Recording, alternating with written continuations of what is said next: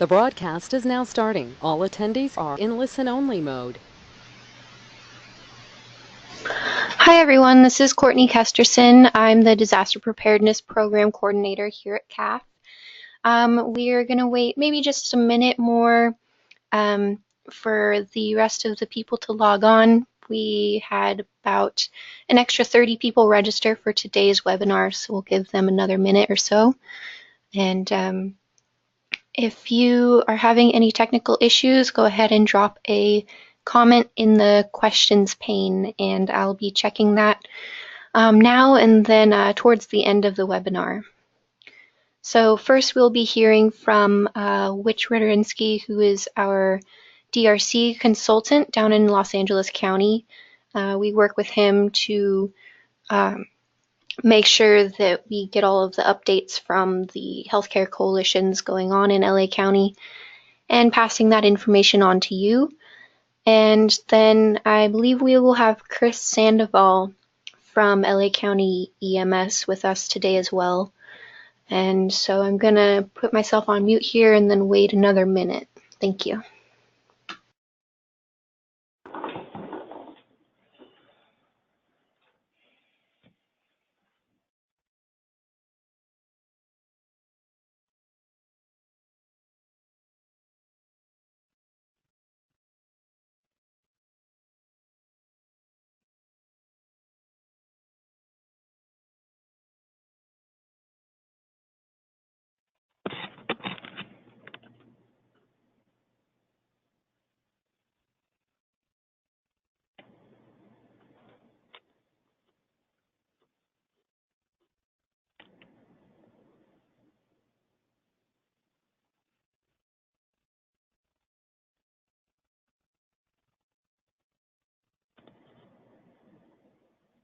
Hello. Hi, Rich. Can you hear me? Yes, I can. Can you hear me? Yes. Okay, perfect. I think I see that Chris is on as well. Chris, can you check in? Yes, I'm here. Perfect. All right. Hey, Chris, how you doing? Good.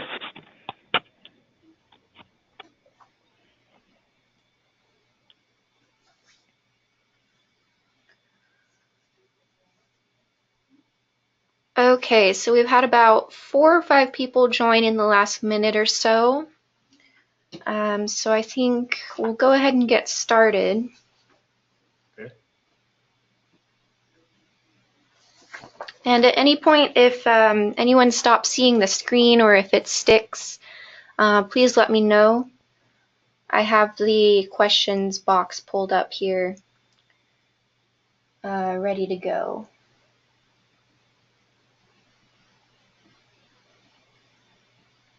Okay. So if you watched our first webinar that we started for LA County SNFs, it occurred back in September 21st. That's available on CAHF's YouTube channel, which is just youtube.com/CAHFTV. You can find that there to kind of recap what we're trying to do in LA County, working with the Department of Health Services and EMS to create a mutual aid program for SNFs and centering those around the 10 DRCs, or disaster resource centers, that have been placed strategically around LA County. And so today, these are the people that will be calling in. Again, there's myself, Courtney Kesterson, and then Rich Widerynski and Chris Sandoval. So we'll just keep moving along here. And so if you watched our last video, you might remember this slide, but we will just go ahead and kind of refresh our memory here.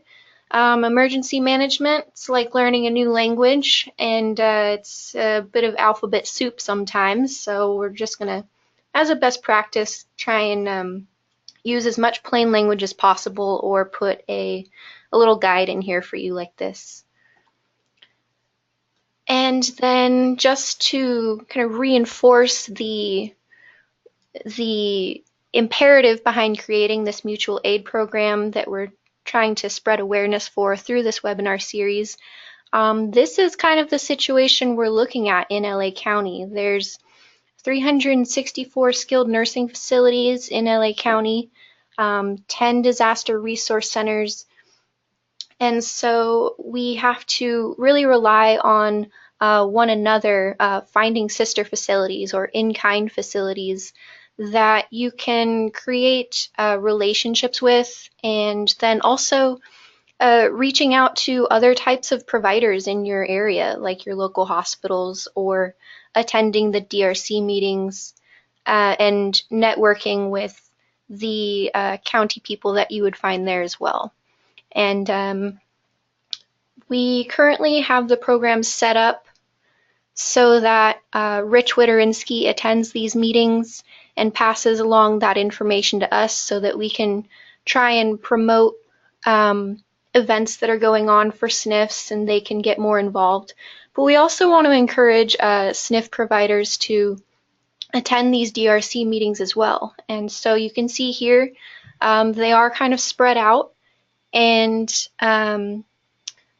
Rich, he attends these, I think they occur every other month, but because there's 10, he's just constantly on rotation, and he'll kind of give you a better idea of what it's like to go to them when he jumps in here in a minute. But I can't stress this enough, how even though we're passing along this information to you, because we realize that, you know, Los Angeles County traffic rules your day, and not only that, but administrators are so swamped with so many other things. But with these new regulatory requirements, attending these DRC meetings, getting plugged into your local coalition is really how CMS wants you to get prepared and meeting these requirements that they've put in place. So here is a little bit of a flow chart, just a recap of how this information is getting passed along to you and who is bringing you this information. So again, we are partnered with Los Angeles County Emergency Medical Services. And the disaster resource centers, these are regional hospitals that hold meetings and push forward these kind of proactive agendas to get their areas, their regions prepared on the same pace and the same page, so that when an event happens, there is some continuum in the response.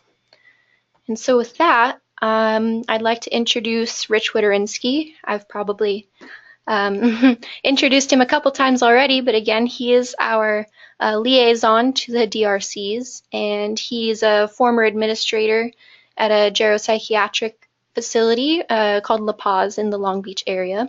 And Rich, are you good to go? Are you live? Yeah, I'm here, Courtney. Thank you so much. As Courtney has indicated, I've been attending these DRC meetings now for the past couple of months. And one of the things that I wanted to say was, I know that as an administrator, as a person who ran a building, it's very, very difficult because you're very busy. However, it's extremely important to get plugged into your DRC, to your Disaster Resource Center. And what I mean by that is, you know, it's like what, once every other month for a couple of hours. And I would recommend the administrators, as well as, let's say, the staff developer, attend. And the reason being is because the staff developer gives input and does the teaching. But they are invaluable. Initially, kind of overwhelming from the perspective of the acronyms, as Courtney has indicated, but then you get into a kind of a rhythm, and the benefits in terms of the expertise that people at the DRCs have overwhelm any kind of time constraints, in my estimation. They give you great resources. They give you tips on items that you might benefit from. They give you tips on how to do things like staffing.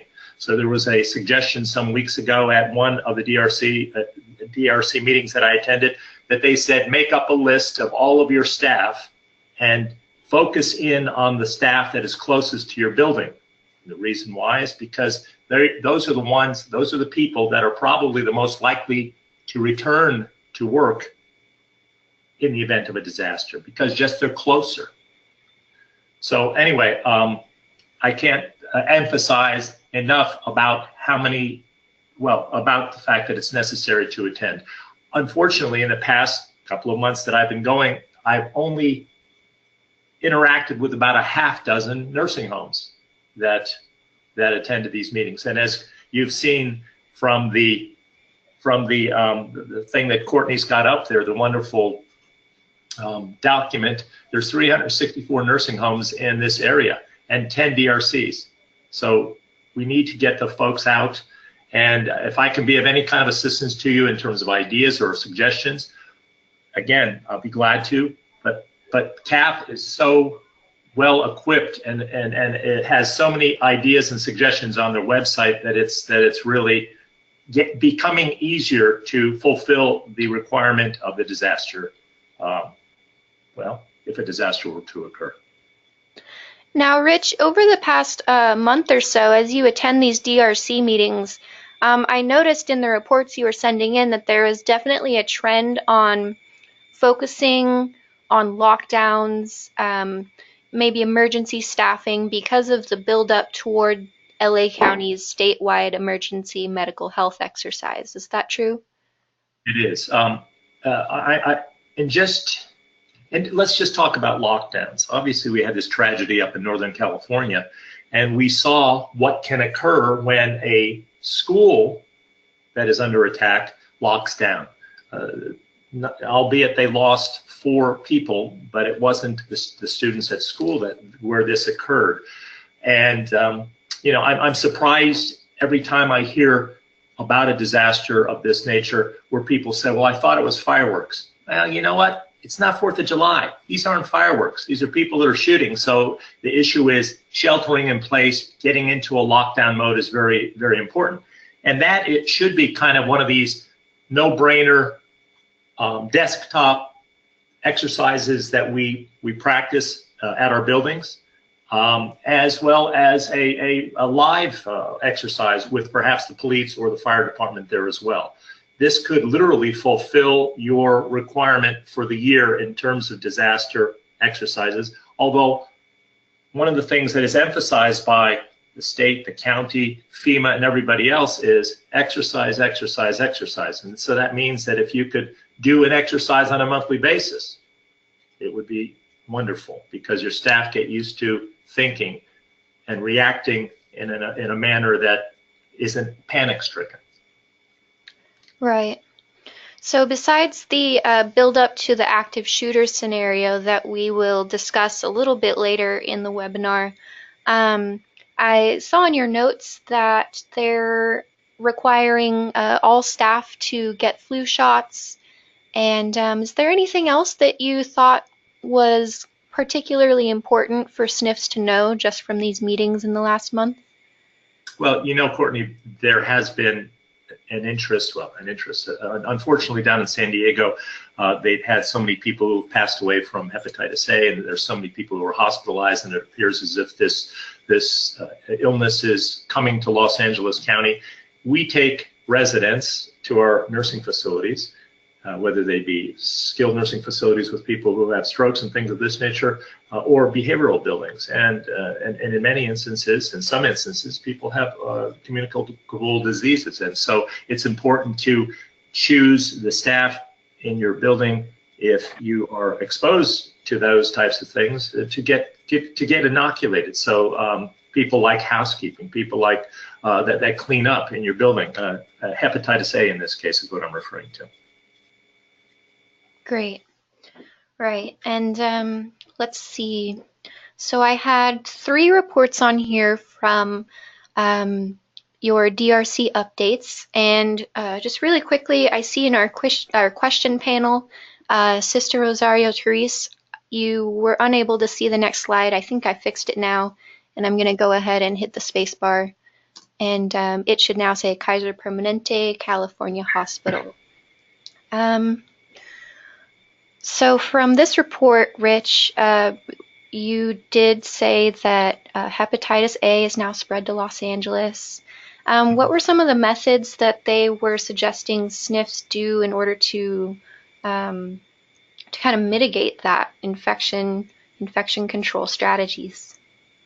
Well, first and foremost, it's a hand washing thing. It's, you know, as simple as that sounds, we frequently don't get it. You know, there's so many instances where people will come in, a surveyor will come in and give us a deficiency for people who maybe, they don't wash their hands effectively, or they don't wash them at all. But that's the first place to start.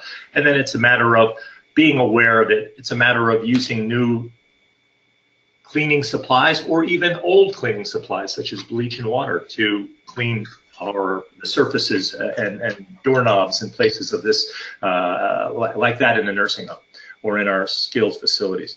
But Courtney, let me go a little bit on another angle here.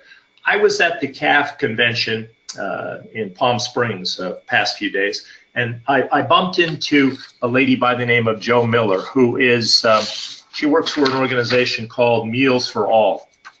And one of the things we were talking about is the lack of preparedness that our staff and administrators and everybody have in terms of meal preparation. And what I mean by that is that, let's just say that a disaster, an earthquake were to happen at 3 in the morning. But you got to feed your people, because if you're going to shelter in place, you got to feed them, right? So it's a matter of getting either your dietitian or, let's say, a dietary consultant to instruct people about how to prepare meals, how to follow diets, to have proper portion control, because you can plow through your food. If you're going to be sheltering in place for 3 days and you eat all of your food in one, you got a big problem. So I would, just because of the fact that this is something that struck me in terms of the conversation with Ms. Miller, I would like to emphasize that one of the disaster scenarios that is painted inside a skilled nursing facility is meal preparation. That's very true. Yes, and according to the new regulations for CMS's emergency preparedness rule, they are now requiring you to have policies and procedures for subsistence needs. So having a written plan for your emergency water, for your emergency food, when you're in a shelter-in-place situation like a lockdown, where you don't know how long you might be on lockdown, or some other natural disaster where you have to shelter in place. That's absolutely key, and we see time and time again that people run through all of their supplies because they don't have a plan for rationing those out or monitoring how much people take as well. So that's another angle for that. That's a great point, Rich. Thank you. Really quickly, I got another question in the panel from Mike Hurtado. Hello. You're asking if we can send out the new Disaster Resource Center meeting dates. And yes, I will make sure that anybody that signed up for this webinar will receive the new set of dates, so that you guys can attend the meetings and make those connections, and maybe even see Rich there. Well, Courtney, let me interrupt. Mike, this is Rich, as you know. You're in the, let me see, Long Beach, St. Mary DRC, and it's going to be happening on the 28th, I believe, at the VA. We'll get more information back to you. And what they're going to be doing is practicing the donning and doffing of these types of suits, the moon suits, right? Now, that does not pertain to long-term care. It pertains more to acute care settings. However, I would recommend for people to go to their DRCs even when these types of exercises are happening, and the reason being is because you're going to meet your team and they're going to meet you. And you know, that's one of the things that I hear all the time, is that we wish that more nursing homes were here, because we have to be part of the umbrella. And it's extremely important to be there, to develop relationships, contacts, things of this nature. And so anyway, I just wanted to let you know I'll be there on that date. It's going to be worthwhile.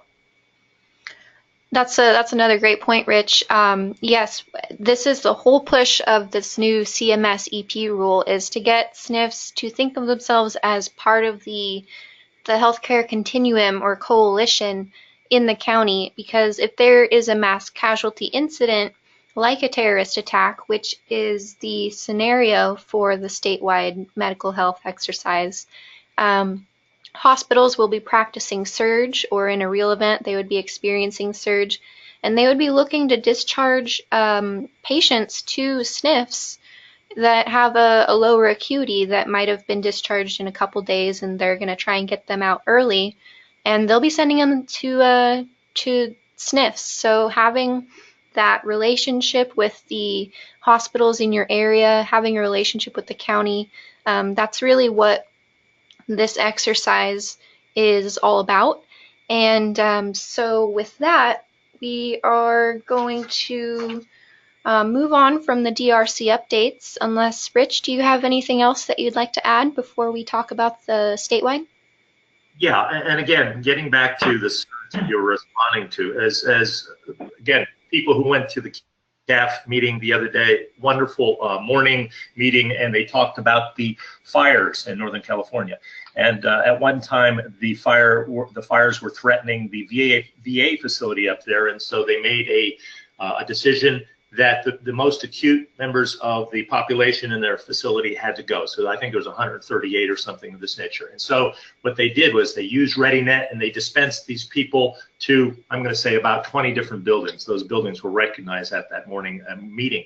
But the thing that struck me was that these people were dispensed to these nursing facilities without face sheets, without medications, without medication lists, without anything. And so I know that this occurred within a very short period of time, but somehow, somewhere, we have to be prepared for our people going somewhere. And one of the, let me see, the E-tag definitions for the disasters now requires that we practice HIPAA, but at the same time we're effective. And I thought, wow, so you discharge a 95-year-old person to another nursing home, and his medications don't go with him. You don't have any of this stuff. So that's dangerous in and of itself. Yeah, we see all the time that evacuation is really the biggest challenge for SNFs and ICFs to plan for, and also just making sure that all of those resources are available.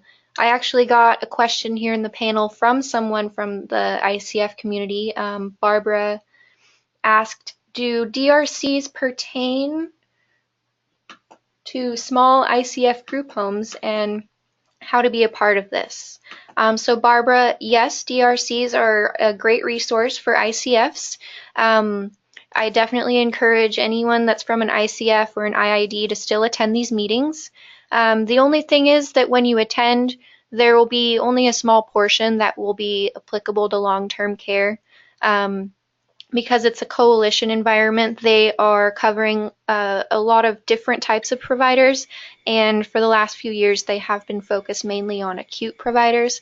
But as more and more SNFs and ICFs show up, we can build those relationships, make our presence known, and play a larger part as we get more involved with these community-based exercises. Before we go into the next section of our webinar, I'm just going to take Courtney, another. Oh, yes. I wanted to mention also with the DRCs, what we're going to do this next coming year is identify two main meetings that all the sectors should participate in. It's the HVA, Hazard Vulnerability Assessment, and for each region. So, since we've been talking about Long Beach and St. Mary's, they're going to identify what meeting they're going to present the HVA, and then in the fall time, just before the statewide exercise, we're going to identify when they're going to discuss the exercise components and maybe their tabletop, if they have a tabletop during that time. So we'll be identifying those two meetings that are going to be pertinent to all healthcare sectors. Thanks, Chris. Yes, so anybody who's listening, that was Chris Sandoval. He is our liaison from LA County EMS, Department of Health Services. And like he was saying, there are two major coalition meetings per year. The one that's going to be in March, typically in the springtime, focuses on your hazard vulnerability assessment. And if that's a new term to you, we do have some videos on that already. If you go to our YouTube channel and look at our CMS EP rule webinars, you can find more information about the HVA there. And then I highly recommend making room on your calendar for the coalition meetings in September, because like Chris said, that's when they will give you all of the nitty-gritty on how to participate in the statewide, which is currently going on right now for 2017. So, Rich, do you have anything else to add before I move on to the statewide exercise? Yeah, I'd like to piggyback in terms of what Chris was just talking about a moment ago.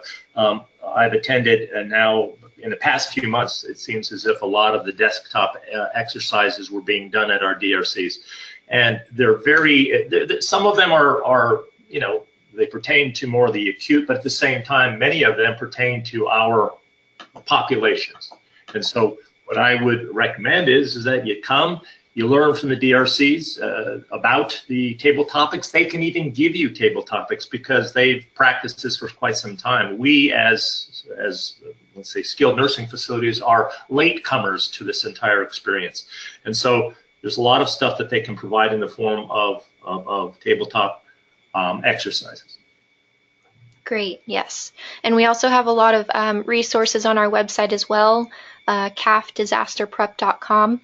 And Rich made a great point. If you haven't run your own exercise before, if you're an administrator or your administrator, you know, dropped this ball in your lap, then a great way to see how it's done is to go to one of these DRC meetings and participate in a tabletop, and that'll show you kind of how the flow of the event goes, what the facilitator or the exercise leader typically does, and I think that would help a lot of people in returning to their own facilities and doing the same for their own staff. And so with that, we will talk about the statewide medical health exercise. So LA County, they have made their own kind of version of the statewide medical health exercise. So while you might see it say statewide over and over again, this is for LA County. But if you are listening in from another county, the general flow of what you need to document for survey will be the same. So LA County, they've made some forms for their providers to use. And since CMS hasn't specified a particular format that SNFs need to use for survey, you can feel free to use these documents. And we also have a ton of different formats on our website as well. And if you have any questions about that, because you're from a different county besides Los Angeles, you can go ahead and shoot me an email. I'm going to wait on answering any questions until I'm done with this section, because I'm going to kind of power through it. So, I kind of talked a little bit about this already. If you are in LA County and you didn't sign up for the exercise, that's okay, because if you aren't able to collaborate with the county, then you can still hold an exercise at your own building. And the difference here is, instead of doing a community-based exercise, you're doing what CMS is calling a facility-specific exercise. And so if you're doing it at your building, you can just follow along with our webinar here. And again, you can use the same forms, but we are going to be talking a lot about how to work with the county. So if some of this you haven't done, that's okay. You can still make it work. So I pulled this graph out of a PowerPoint from LA County's participant seminar, which is that September meeting that Chris was talking about, that everybody should sign up for in 2018. And so we've been telling a lot of people, because the CMS emergency preparedness rule, the date for compliance is actually today, but the statewide exercise was going to formally happen on the 16th. And so we asked CMS, you know, if the statewide is on the 16th and everybody's doing that, would you be willing to accept that if it's a day later? And they said no. So what we have done, or what San Diego actually started doing, and other counties have been doing the same, is adding kind of these build-up events a couple days before the 16th so that people can start capturing these alerts as if there was information going out, as if there was a news alert going out that something might happen in the next couple days. And that began actually yesterday. So what that means is, if you look at this chart here, we have the event happening, and then there's kind of this purple or blue line that builds up to it. So I'd say right now we're about here because the alert started going out yesterday, and then another one went out today, and then tomorrow will be the actual main event. But our exercise is going to start on the 14th so that when you document it for survey, you're meeting that compliance date of the 15th. And so that is why, if you've been hearing, it's from the 14th to the 16th, we've had a lot of confusion about that. And if you still need some clarification on that, feel free to email me. Chris, did you have anything to add to that before I move on? No, that's pretty much it. I think you covered it. I've been receiving a lot of emails and phone calls regarding participation, and I just want to echo that. If you didn't sign up or register, that's okay. Continue to exercise at your facility. The reason why we in LA County register is because we send out all these messages, and we don't want to bombard a particular facility with messages. And the facilities that are participating at a tabletop level, they shouldn't be interacting with us per se during this exercise time, because it'll confuse the play of the exercise. Thank you. Okay, so if you have signed up with LA County, then you may have attended the participant seminar that was in September, or you may have received an email or visited their web page that has all of the different forms. If you haven't, you can just Google LA EMS, and then it'll take you to the Department of Health Services website. And then in the menu bar on the left, you'll want to click disaster programs. And then you'll want to click on Statewide Exercise 2017. And that'll be a little tab on the web page after you click Disaster Programs. And once you've clicked Statewide Exercise 2017, that will have all of the links of all the different materials. Again, a lot of it is geared towards acute providers. So what I've done here in the handouts is pulled some things from CAHFDPP's emergency operations template for you to use, so that you don't spend a lot of time trying to figure out what all those acronyms mean. A lot of the documents provided are at the level of like Homeland Security and the way that they format things. But again, CMS hasn't specified a format that you necessarily need to use. So that's why some of these handouts are perfectly fine to use. This screenshot right here that says Incident Response Guide, this is pulled right out of LA County's exercise plan. And that is available on that website, on the Department of Health Services website that I was just talking about. I think it's also available in the Dropbox link that I sent out to everyone before the webinar began. If you want to find that and you're having trouble finding it, just email me and I can help you with that. But let's look at this really quickly. So this kind of gives you the mission, the directions, and the objectives of the exercise.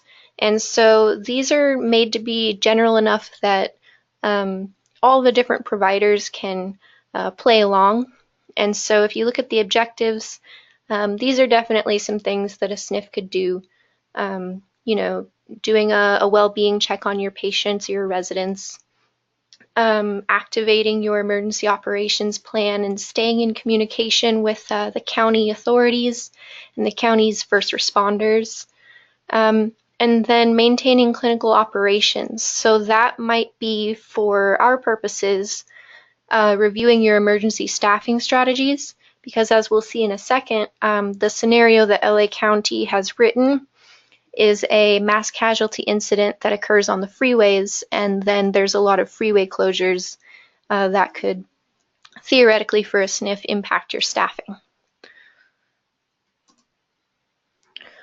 So this slide here, this is what is called a master scenario events list.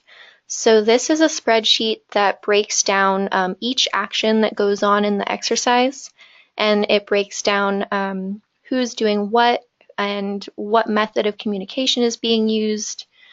And so for our purposes, we are still in the pre-exercise play phase, and that is when the MAC, or the Medical Alert Center, is sending out information that they're getting from the FBI, supposedly, on a potential terrorist attack that's going to hit LA County.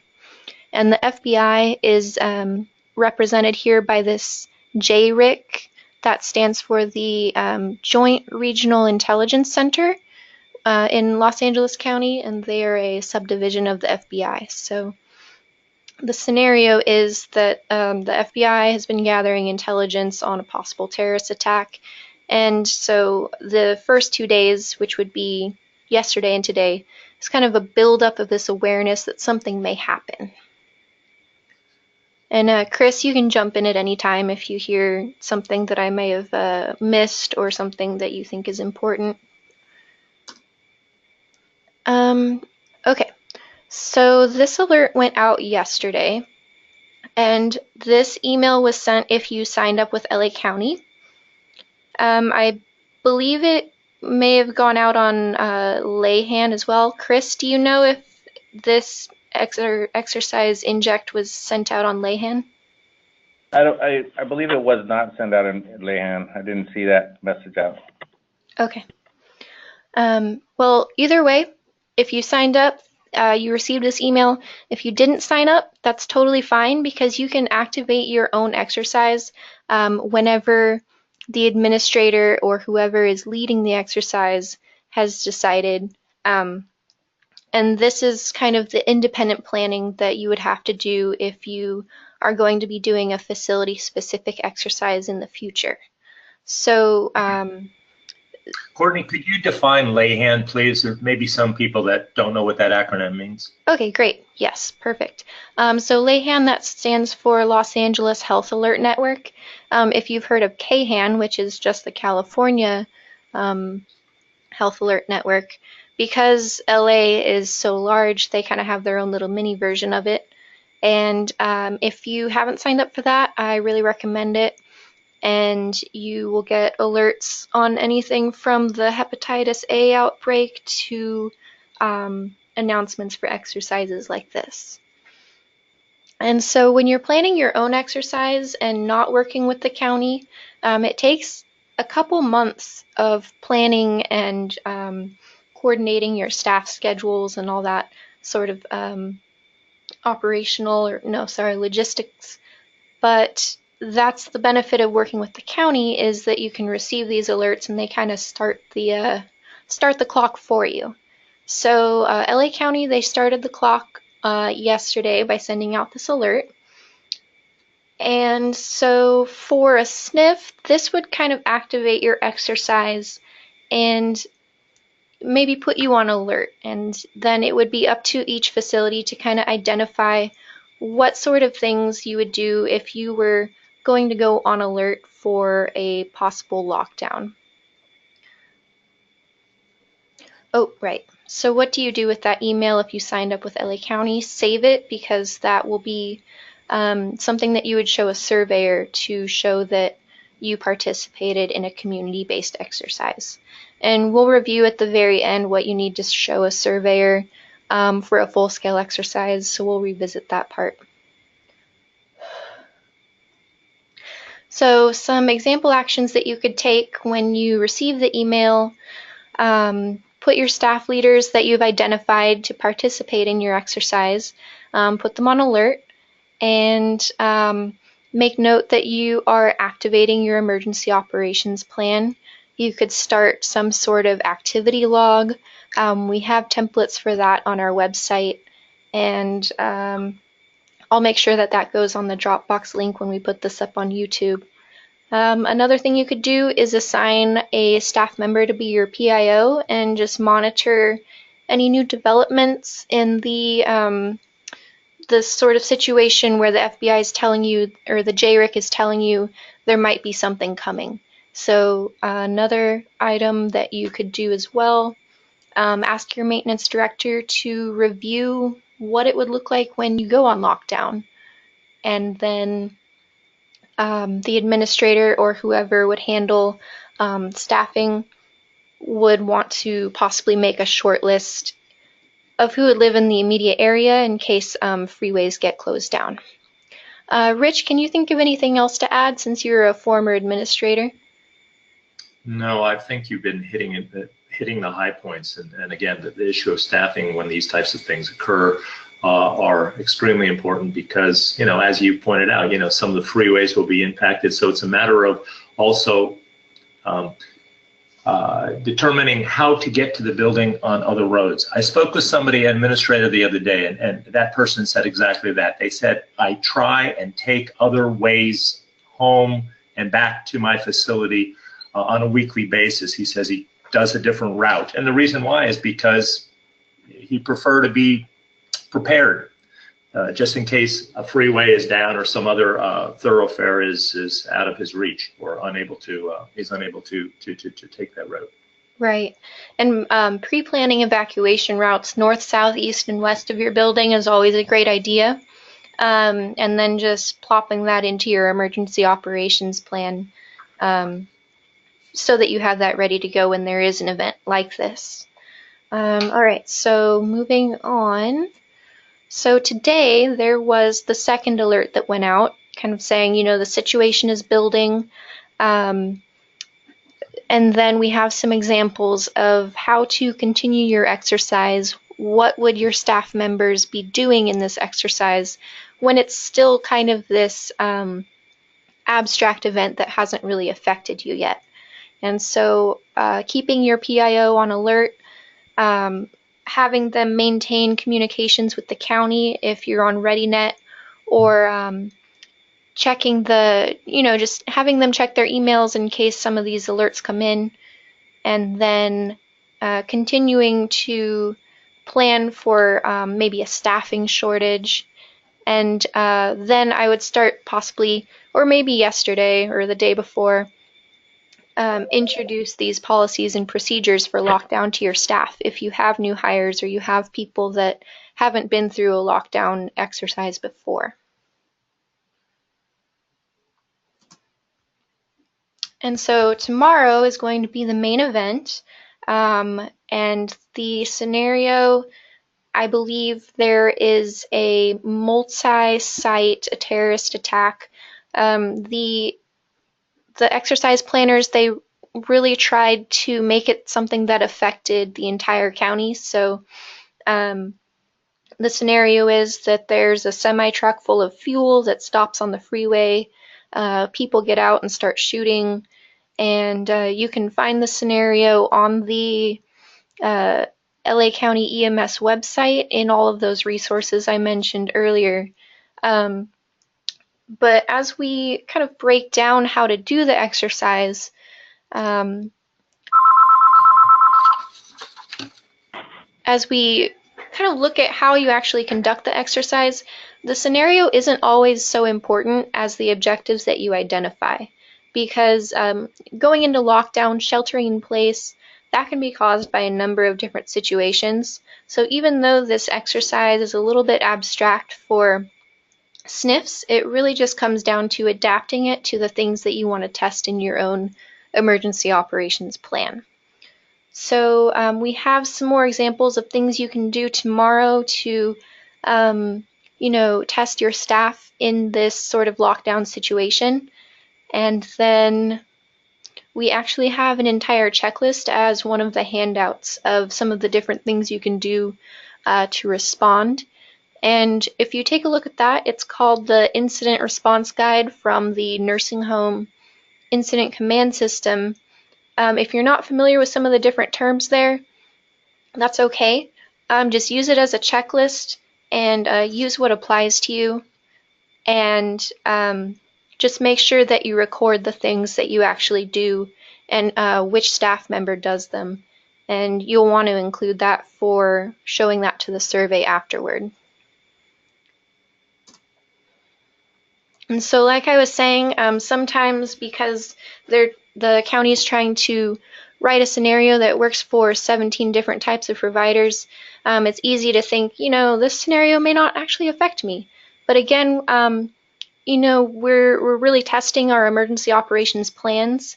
And even though the scenario isn't necessarily a shooting at a nursing home, we do know that these events do happen. They happen fairly frequently. And even if it's not an active shooter situation, practicing those sheltering in place functions prepares you for anything from, an earthquake to a wildfire. It's, my manager, Jason Belden, he's fond of saying, it might seem like a once in a lifetime event to you, but, once in a lifetime disasters happen every day in the world. So this is really why we exercise, to improve our response and to be better prepared for events like this. All right, so now we're going to take a look at some of the different ways to document what you do for your exercise. So some of the elements that CMS is requiring for these full-scale or functional exercises is, again, having some kind of situation manual. So that would be the written scenario, that master scenario events list, which would be that spreadsheet we were looking at earlier. That's available on the Dropbox link. You'd want to print that out as well and include that in your packet for the surveyor. And then for the staff members that you choose to involve in this exercise, you'll need to have a sign-in sheet for them. And then they'll also need some sort of participant feedback form. And just to clarify, so in the new CMS emergency preparedness rule, there's a requirement that you need to train all of your staff on your emergency operations plan, but not all of your staff need to participate in the exercise. You can choose a certain group of your staff to participate in the exercise. But best practice would be to try and, cycle your entire staff through an exercise at some point. And I think that you could accomplish that because there's a requirement for you to do 2 exercises per year. Let's keep moving. So the next important thing that you would need to show a surveyor is the after action report for your exercise. And so this screenshot here is of the improvement plan. So the after action report and improvement plan usually go together. The after action report is sort of a synopsis of what happened, the challenges you identified, and the outcomes of your exercise, and the things that you'd like to improve. And then the improvement plan breaks that down even further into who gets it done, and when does it get done by. And this is overall the most useful, impactful thing that you would want to show a surveyor. And the improvement plan also kind of sets you up for your training program for the following year as well, if you decide that you want to keep testing on the same capabilities. Okay, so just to summarize all of that, when you talk to the surveyor, you want to show them the exercise plan. That's kind of the situation manual where it explains, what the scenario is, the breakdown of who did what and who sent out the alerts, which would be in the MESL or the master scenario events list. You would also want to save any emails, any ReadyNet alerts, or any communication you had with the county, and then any documentation that you reviewed, any of your objectives. So if you identified that you wanted to test your emergency staffing strategies and you made a short list of staff that were in your immediate area, you'd want to, save those notes, and anything that you went through the motions on, and you can document, get it on paper, print it out, and put it all together in some kind of packet for a surveyor. It's better to have too much information than not enough. So there is the incident response guide, which can act as kind of a checklist for you. Anywhere that you see link below this video, that's for when I put this up on YouTube, and there will be that Dropbox link on there for you to find all of these resources after our webinar today. Again, don't forget to do a sign-in sheet and those feedback forms, your after action report, and an improvement plan.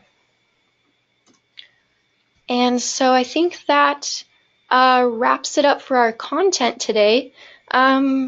I'm going to take a look at the questions. Chris, Rich, do you have anything you want to add while I pop up the question panel here?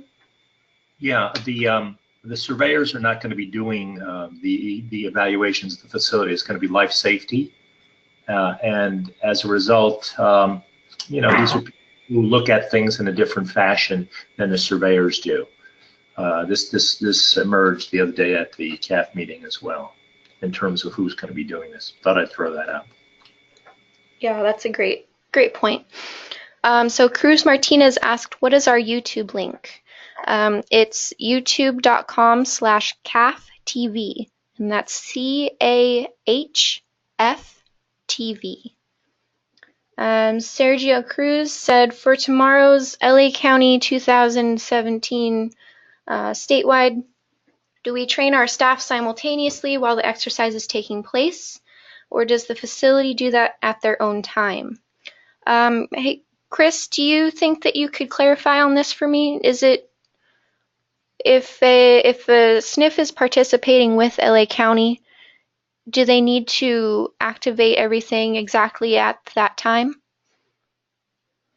Some people will not participate at the same time just because of staffing. So as long as you receive the messages and respond to the messages, that will help you get credit for that community-based exercise. I think that if you can have your exercise at the same time, that would be ideal. But I understand that some people may want to do it in the afternoon because of meetings or because of administrative staff is not going to be there and they want to have the administration there. Perfect, thank you.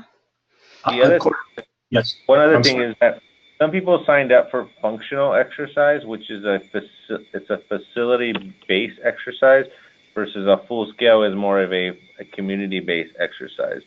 So when I was given the task to look at our registration. So based on all my conversations for the last week and a half with long-term care and dialysis sectors, many of them didn't understand the difference between the two.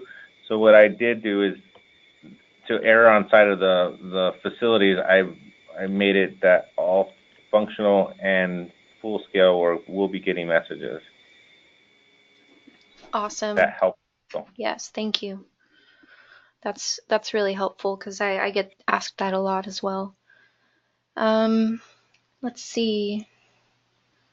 Courtney, if I may interrupt, just for people that are interested in doing some type of an exercise, because there are some people I would suspect are sitting here scratching their heads and think, how am I going to incorporate what I'm doing in terms of this type of exercise that's going on tomorrow? They could do a active shooter, because let's just say a scenario is that these terrible things are happening, the fellows are shooting, and they've got so many thousands of gallons of gasoline, and then perhaps let's just say that they run off into the community and they are perhaps coming to your building. So active shooter is one, and another one is lockdown, as a result of the possibility of something of this nature occurring. So, I would suggest that people don't overthink this. Do it according to kind of common sense. What could occur from this that you could, utilize to provide it to the Department of Public Health in regards to a completion of a disaster scenario that you've done. Yes. That's what I've been advising people. Someone who just started possibly yesterday or today on their exercise material is don't overthink it. Start off with, there's 3 objectives they can meet, is activate their EOP, message sharing, and the shelter in place. And by responding to our emails tomorrow, they're going to be asking for a facility assessment, and they're going to give you colors and what does this colors each mean.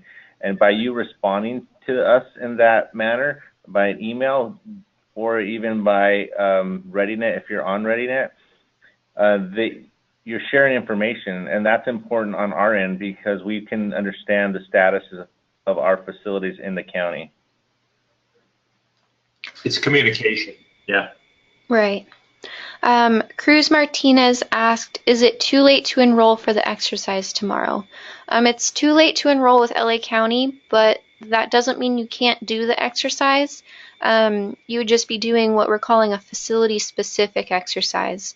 So the CMS EP rule says that if you're not able to work with your county, you're still responsible for having that full-scale or functional exercise. And so you can follow all of these same steps, and as long as you complete the documentation, you'll have something to show a surveyor that should meet the requirement. And then, sorry, go ahead. Courtney, I might suggest that to respond to that question is you might want to call your police department and have them come down and watch what you do in terms of, let's say, a active shooter drill or a lockdown. And right off the bat, what you're doing is having community input.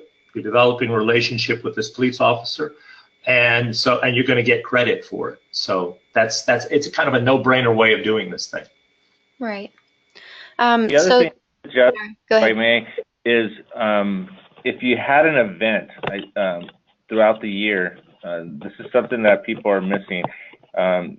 If you had an event, one lady I spoke with yesterday, there was a gentleman walking around the neighborhood with a shotgun, and the school had to lock down. They locked down as well, and she didn't capture that. So I provided her information on how to capture that, and that's one of the things that people are failing to document really well is that event that happened in their facility, and whether it be you activated your whole emergency response plan or a portion of it, you activated it and you modified your day-to-day operations, and you can document it, and you have learned something from it, or you would be able to identify your strengths and weaknesses and put an improvement plan after that. And by the way, Chris, you're absolutely right. So you can take credit for is what you're suggesting. But one of the things that you have to do is do an after incident wrap up and document that too. So what have we learned? And then again, this is all on the CAHF website, but doing it is one thing, but then having a recap or a wrap up is something that the state wants to see as well. What yeah, you're both exactly right. Thank you for bringing that up. So Rich mentioned an after incident or after action report and an improvement plan. That's actually 2 of the 5 handouts that are available through this webinar. I also emailed those 5 handouts to everyone before the webinar started, and the handouts will also be available on a Dropbox link underneath the video when we upload this to YouTube. Okay, so we have just a couple more minutes in our hour-long webinar here. If Rich and Chris have anything else to add, we don't have any more questions, I don't think. So, Courtney, yeah, I will add something. Okay.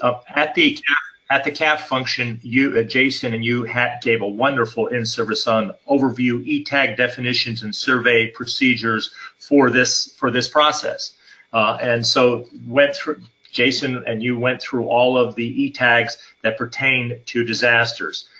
Is it possible that this is going to be available to our membership, this in-service with the little bullet points and things of this nature? Because it's very, very helpful. Yeah, that was actually part 4 of our CMS EP rule webinars. So that is already available on YouTube. And again, that address is just youtube.com/CAHFTV. And that's CAHF TV. And all of our content is going on there. And this webinar series will continue to be uploaded to YouTube as well. Okay. So our next webinar is going to be January 17th at 2 p.m. We're going to start reviewing the hazard vulnerability assessments in the lead up to that springtime coalition meeting that Chris was telling us about, so that everybody is prepared when they go to that in-person coalition meeting, whether it's in March or whatever date they end up picking, but it's usually right around there. And then after today, if you have not already signed up for ReadyNet, please email me. It's free through our grant. It is probably the lowest hanging fruit out of the CMS EP rule. That would help you meet so many of these requirements. I can't even count them on both hands. So please do that. And then if you're interested in attending LA County's exercise evaluation conference, which is when they're going to evaluate this exercise that's currently going on, that's happening on December 12th. You can sign up for that on their webpage at the Department of Health Services website, or you can Google LAEMS and it'll get you to their webpage. Or you can wait until I put this video on YouTube and I'll include the link there as well. All right, I think that's it from me for today. So if Rich and Chris, if you can't think of anything else, I think we're gonna wrap up. Thank you. Yeah, thank you for joining me every day. Thank you everyone for tuning in, and we'll see you January 17th. Have a good day.